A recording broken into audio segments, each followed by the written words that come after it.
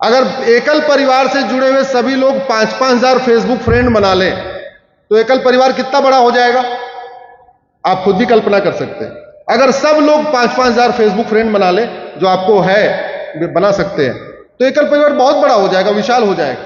और जब बड़ा हो गया, वहां पे राष्ट्रहित में क्या होना चाहिए और क्या गलत है, इसको लिखना शुरू करें तो जागरण बढ़ता जाएगा, बढ़ता जाएगा, बढ़ता जाएगा। भारत में जो भी समस्या है उसको ठीक करने के लिए एक समाज को आगे आना होगा, एक शासन को। समाज के लिए एकल अभियान, एकल परिवार के लोग बहुत अच्छा काम कर रहे हैं, बहुत, मतलब मुझे तो ऐसे दूसरा कोई संगठन दिखता ही नहीं। आपने लाखों लोगों को देश विरोधी गतिविधियों में जाने से बचा लिया, आपने लाखों युवाओं को कन्वर्ट होने से बचा लिया।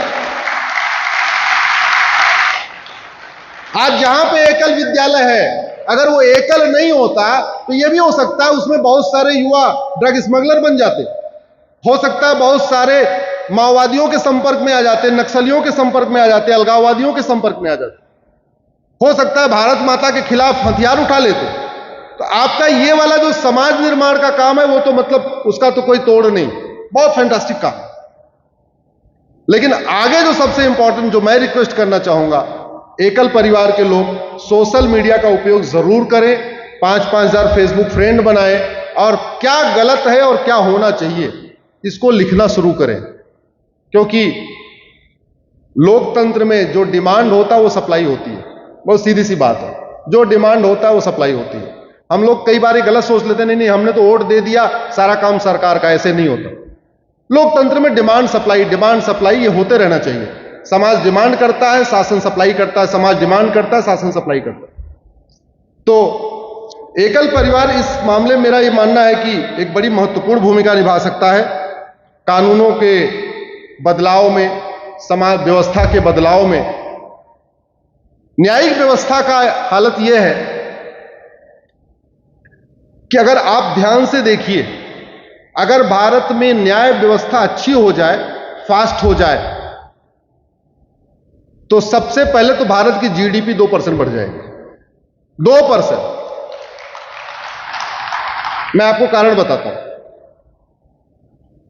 भारत में जस्टिस विद इन ईयर हो जाए, जस्टिस विद इन ईयर मतलब सारे मुकदमों का फैसला 1 साल में होगा, और दंड व्यवस्था कठोर हो जाए। कॉन्ट्रैक्ट एक्ट मुकदमा 1 साल में होगा, प्रिवेंशन ऑफ करप्शन मुकदमा 1 साल में होगा, सड़क के किनारे अवैध निर्माण किया, मुकदमे का फैसला 1 साल में होगा, कन्वर्ट किया, मुकदमे के 1 साल में सजा हो जाएगी, अपहरण किया, मुकदमे 1 साल में सजा मिलेगी। अगर सभी अपराधों की सजा 1 साल में शुरू हो जाए, सभी प्रकार के मुकदमों का फैसला 1 साल में शुरू हो जाए, आप खुद कल्पना करिए कि भारत कितना आगे जाएगा। भारत में घूसखोरी इसलिए है क्योंकि घूसखोरों को सजा नहीं होती, और सजा होती है तो 20-30 साल 40 साल के बाद 2-4 साल की होती है। भारत में अपहरण इसलिए होता है, अपहरणकर्ताओं को सजा नहीं होती, और होती भी है 30-40 साल के बाद होती, 4-5 साल की होती।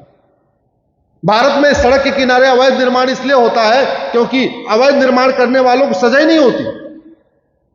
मैं परसों गंगा सागर गया था, 4 घंटे में पहुंचा, 130 किलोमीटर की दूरी 4 घंटे में।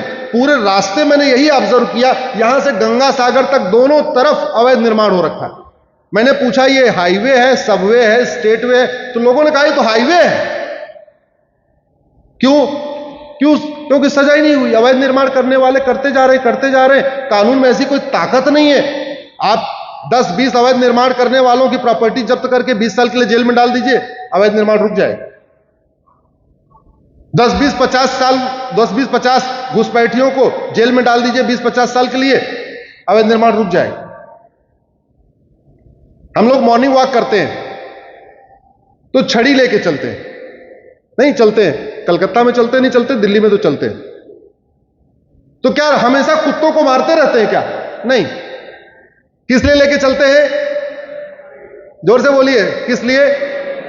कुत्ते को डराने के लिए कि पास में मत आना, छड़ी है, अगर पास में आए तो मुंह तोड़ दूंगा।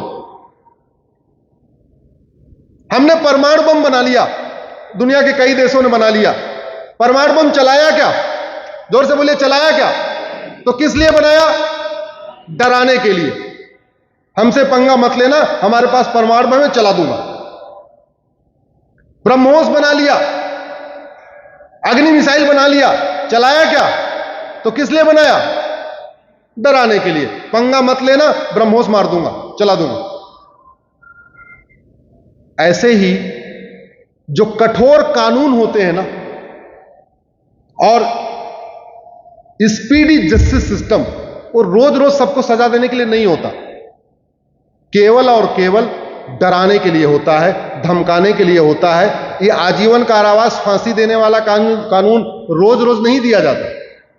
सिंगापुर में ड्रग स्मगलिंग पे फांसी देने का कानून है, रोज थोड़ी फांसी देते हैं।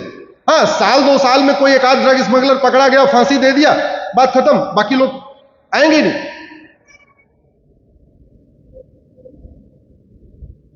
आपके गांव